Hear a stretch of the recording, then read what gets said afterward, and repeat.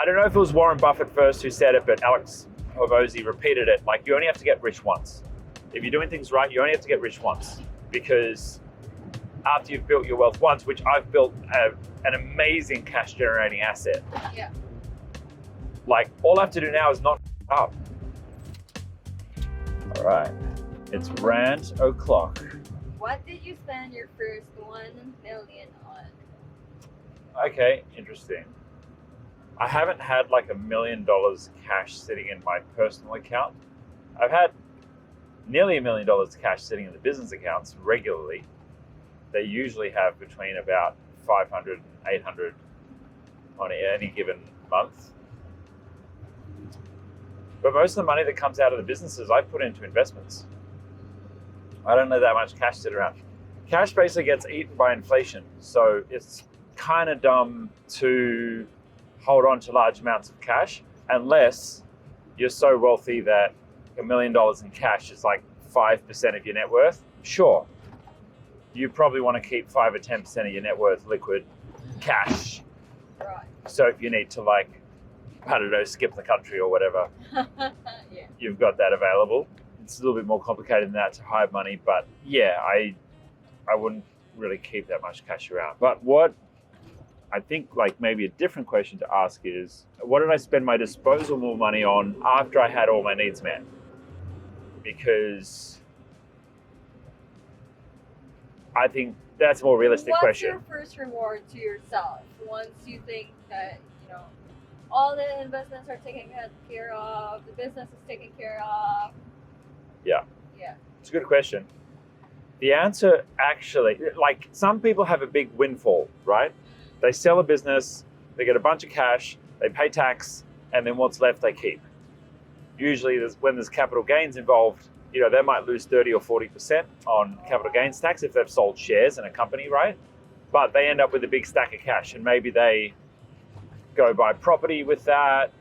Maybe they, I don't know, it's like take a kick-ass holiday. Like, I've got a mate that went around the world with his girlfriend for a year and would have blown easily hundreds of thousands of dollars doing that. My story is a little bit more progressive because I'm still semi-actively involved in my business, but I got it to the point many years ago where it didn't need me. So I kind of have this like free cash flow. And at the time it was around $500,000 a year. And so I basically started like progressively allocating a certain amount of that to investing, which some years were like 75% of what I was making. Other years were less, like 30%, 40%. But I've always had a reasonable amount allocated to go into investment activities. And then the rest of it, a lot went to travel. And so I had at one point a travel budget of, I think, like 5,000 to 10,000 a month was basically like my travel budget. And I was like, all right. Wait, where did you go? Gee, I was back and forward in Southeast Asia. I was traveling in the truck. I was traveling New Zealand, like whatever. Yeah, so that was pretty enjoyable. And then a couple of toys. Alfa Romeo, motorbike. I bought this truck. Half my vehicles will depreciate. The other half are like collector's items, so they'll appreciate, which is smarter than the depreciating ones. But the depreciating ones are fun, like motorbike and this truck. Great for adventure and lifestyle. So without this getting boring, like my money either goes into sitting in index funds, which basically just like hold the money safely in a way that's liquid. God, so responsible. I know, right? Or they go into property, the one investment property that I have. I put my money against mortgage that I have on the investment property. So I pay no interest at the moment on the mortgage, but I can redraw 6 figures if I need it at the drop of a hat. Index funds, multiple 6 figures, I can redraw it at the drop of a hat. And the interesting thing is, so I've got goals, right? I've got goals for investments and financials. And right now, I'm pretty lucky that I've got a really good source of income that is reasonably safe. Yeah. It's reasonably safe, the income that I get from my unions. It's unlikely that's going away, unless I fuck it up or something goes wrong with the company. It's a fairly resilient business. If it was like e-com and I was selling t-shirts or something that might go in and out of fashion, like, Jesus, I don't know, massage guns. Maybe next year no one will care about massage guns and they'll move on to the next thing, AI pins or whatever. That kind of business I'd be worried about. I'd be more looking for an exit to get my money and get out. But like email's not going away for a while. Yeah. Cloud file storage, not going away for a while. Task management for small business, not going away for a while. We're pretty good. So I've indulged in more of my ratio of spending on lifestyle, enjoyment, as it's not a hedge, but as a bet that I'll probably keep getting the income. Yeah. Others may be more conservative and say, well, just keep living poor for the next decade, right? And put $5 million or $10 million in index funds and then live off the 4% drawdown on that, right? Like that. Yeah. But I'd miss out on all of my 30s. So the bet that I've made is, and that first strategy basically being that maybe the business will disappear, the income will disappear, and then in 10 years you've got that big asset and that's going to pay you for the rest of your life, right? My bet is, one, my business will still be around. Two, in 10 years, the income will continue to increase. Yeah. So I'm willing to spend more of my income on enjoyment in my 30s, really, really, really, really enjoying my 30s. Expedition truck, the motorbike that I want, the sports car that I want. Yeah, sure, I'm not dropping it on Lamborghinis and Ferraris and shit yet, but enjoying travel, increased travel budget to $10,000 a month. And that to me works really great because that means that I will enjoy every single one of these years, not feeling like I'm holding back or I'm penny pinching. Because I spent a decade penny pinching. That was my 20s, or 17 to 27. I was penny pinching to build the business and reinvest every single dollar. And I could wait till I'm 40 to enjoy what I've built, but I think I'd get to 40 and go, I'm 40. Yeah. I've missed the good years. Just fly by. Yeah, and like I could buy Ferraris and Lambos in cash. Like I could drop really big dollars and I'd never have to work a day again. And I could pull out from the redraw 300,000, 400,000, maybe 500,000 a year on the redraw. What's 500,000? Yeah, 5% of 20 million. So if I had 20 million in index funds, I could pull down 5%, right? That's 400K out of that. But all of my 20s and all of my 30s would have been spent working and misering. I would rather, like I worked my ass off in my 20s. My 30s I'd rather enjoy, knowing that there'll be a little bit of work still to be done in my 40s, which might just be investment management and growing my net worth slowly. And already I've transitioned out of the need to be operationally involved.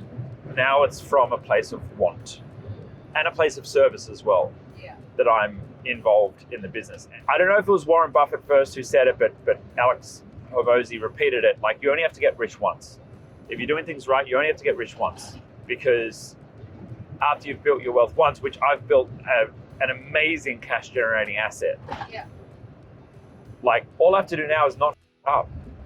Nurture that business, nurture its direction, nurture the leaders, nurture the executives, make sure it's aligned. It's like, there's this nest egg that I'm just like gently watering, it's like a hedge. I'm gently kind of clipping it and trimming it and making sure it's got enough water and it's got enough sunlight and, there's no like bugs on it or whatever.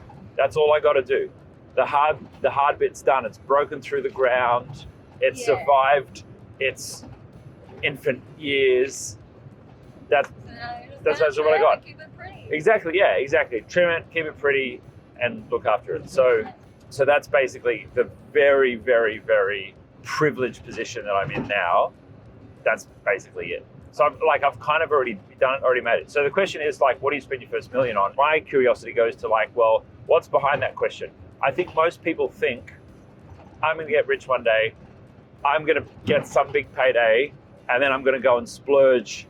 Yeah. Right? Big splurge. People get $1 million. Yeah. Like, yeah. Yeah. Spend $1 million, right? Yeah. For me, like, I've made plenty of millions of dollars that have landed in my personal accounts, and there's always like a percentage that goes into the boring index funds, a small percentage that gets consumed personally. Yeah. But isn't it funny that I think that mindset of like, look how much money I have, what can I spend it on? I think that's really dangerous because one day millionaires. Yeah, well, exactly. One day millionaires. I think of that, and I think of people I know that don't have enough money to pay their bills, but have real nice cars and real nice watches. Because that makes me think they made a bunch of money, they went out and bought the thing that they wanted to buy, they converted their money to this asset, and hey, yeah, maybe it's appreciating if you buy the right kind of watch, but maybe not. You know, if you buy a Rolex and you're going to wear it around, it's probably going to depreciate unless it's a very special model, and then you wouldn't wear it around if it's a very special model. The point being, I don't think anyone really wealthy makes X amount of dollars and then like goes and purchases something. Those who remain wealthy will buy toys, appreciating assets, trophy purchases, big ticket fund purchases. I think they buy them out of spare change when they feel like it. When that's 5% of their net worth, or two. Exactly. And that's how most of my purchases have been. Like when I bought my motorbike, I had $500,000 sitting in index funds, and I kind of wanted a new bike that I could ride around day to day. Right. My sports bike wasn't working for me. And I'm looking at all these different models, blah, blah, blah, blah, blah. I had $500,000 in index funds. I had, I don't know, $70,000, $80,000, $90,000 sitting in cash just in my personal accounts. And I went down to the motorbike shop and I tried a few bikes. And the one that I liked was like, it was $30,000. It was a good deal. And I'm like, oh yeah, that feels pretty good. Next day I was like, I woke up and I'm like, yep, this still feels like a good deal. Great. Why didn't the money? Picked it up that afternoon. So it wasn't like I hit some big milestone and I was like, let's spend the money. Like, it was just a thing. Pretty similar thing with my watch. Like, I did have a milestone, which was giving up the CEO position of IT Genius after many, many years. That's a big one. That's a big milestone. But there wasn't a part of me that was like, I need to go and buy myself something nice. It was more so like, I want to increase my wealth frequency, and I've never felt what it feels like to wear a watch and care about it. Like I've never salivated over material possessions and how they show wealth. I've never cared. But I was like, what is it about watches that like gets people going? So when I started trying on all these watches, I was like, oh yeah, some look nice, some don't look nice, some feel nice, some don't feel nice. Like most things in my life, I don't want something that everyone else has got. I don't want something that just because the cool kids have got it. So many people buy a Rolex because a Rolex is like a thing. I was like, no to Rolexes. And their whole stupid shtick about like, they're a bit like Ferrari. They're a bit up themselves, right? Not the owners, the brand themselves. They're a bit up themselves. Like, oh no, sorry sir, we don't have any watches in the store because they're in the safe out the back. You got to ask them to pull out what's in the safe. So I didn't want a Rolex. I tried the Omega. This one's nice. And I thought about it for a week, and then it was like, oh yeah, cool. I got the money. It's a nice gift to myself. It's not a stupid amount of money. It was, I don't know, then I had about $50,000 a month of free cash flow coming in. It was a little over 2 weeks of free cash flow for me to buy it. So it's not a crazy amount for you. out of the course of the year, like, that's not much. And I haven't bought another luxury purchase for myself since. And that's, I don't know, 2 years, maybe 3 years since I bought that. I'm not sure. So that to me is my sense of how people who stay wealthy spend money. I gave myself a rule pretty early on that I would only ever have 5% of my net worth in depreciating assets. Like toys, I mean, cars, right? I eventually got smart and started buying vehicles that will appreciate in value, some of them at least. Oh, it's not the Alpha? The Alpha, yeah, the Alpha will appreciate in value because that's quite a limited model, particularly here in Australia, and everyone's going electric and blah, blah, blah, and it's red and it's convertible and it's designed by Italians. And so, yeah, things like that. And the Caddy should hold reasonable value, but that's nothing special. My Ford GT, that's definitely special. That's going up and up and up. Yeah. You break it all the time. Yeah. So another question to ask would be, all right, what would I do if I got a big exit, right? Like, let's say IT Genius exits, and my minimum exit really, cash in my bank, is probably 20 or 30 million. That's my number, because I'd really love to drop 15 on a very particular kind of house, Right. which is a beach house on the coast at the Gold Coast, plus have 10 in the bank. Spend $500,000 on a nice Ferrari, that'd be nice. Or, Ferrari, McLaren, whatever's going and whatever feels good at the time. That would probably be what I'd spend money on if I got a big windfall like that. The rest would do the same thing. Property, index funds. Boring ass, put Okay. the money in the bank. I'm going to do a world trip, or I'm going to jump out of a helicopter. If you had 1 million free money, what would you spend it on? $1 million cash now. Yeah. Index funds. Wait. To blow. $1 $1 million to blow. Yeah. That is not index funds. It'd feel really silly buying a $500,000 Ferrari right now while I'm effectively homeless. That would be really silly. You can tow it in the truck. Yeah, we can tow it behind the truck. Yeah, then it'd get stone chips on it. Yeah. I'd buy, I don't know, I'd drop some money on a track car. I'd buy a track car and do some rallies. I'd drop 40 or 50 on a race prepped rally car That's fun. and enter some tarmac rallies. But is that any different? Like, I'd just drop 50 on a buggy that we're towing behind the truck Yeah. to do off-roading in that. Like, I could easily sell the buggy when we get back to the Gold Coast and buy a rally car with that. So I thought you'd say that you'd buy a private jet. Is it more than 1 million? that's a lot more than $1 million. Well, for a nice one, yeah. You could buy. I don't know if you'd get a jet for $1 million. You'd get a really nice private plane, which might be like a turboprop or something like that. Okay. You get a nice private plane that might seat like 4 or 6 people, maybe. You get a nice helicopter. You might not get a nice private plane, but you get a nice helicopter. You'd get like a 2 or a 4-seater plane, like a Cirrus, for $1 million, I think. But it'd be old. What private jets go for now? Oh, 10, 15. 10, 15 minimum, yeah. But nothing, even in that price bracket of $1 million, nothing in those material splurges would materially improve my happiness right now. Oh, true. Okay, that's a good measure.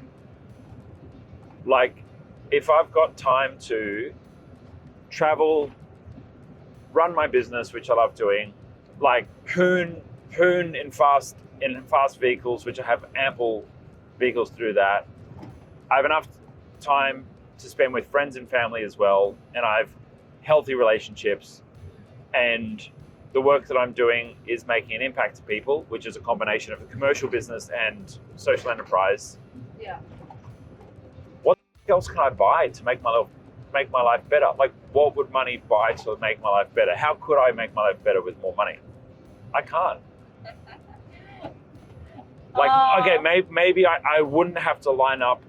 I wouldn't have to line up in airports if we flew private, right? We wouldn't have to line up. But that's going to save us like what, It's going to save us half an hour of round at the airport a couple of times a month. Sorry? I'm thinking a bigger truck would make you happy. Slightly more convenient. These are 1%ers. These are 1%ers on happiness. I mean, you pretty much optimize your life. I have optimized my life. And I think that's So an that interesting you're happy. thing. Like, how many people will grind for how many years chasing happiness one day? Yeah, and still end up unhappy. Yeah, still end up unhappy. And Tim Ferriss basically taught me this with his idea of mini vacations. He was like, saving up till you're retired and saving up all of your annual leave until the end of the year. Go away for a week 4 times a year. Have it, or go away for the weekend 8 times a year. Yeah. Like, that's awesome. That's every couple of less. What's that, every 6 weeks, I think? That's like plenty. You would be holidayed out all the holidays. A lot. If you Probably spend almost the same as if you know, booked up all your holidays in one go. Totally. And all we've done is like, we've taken that concept and we've just lent in a little bit more, where it's like, we work 3 days every week.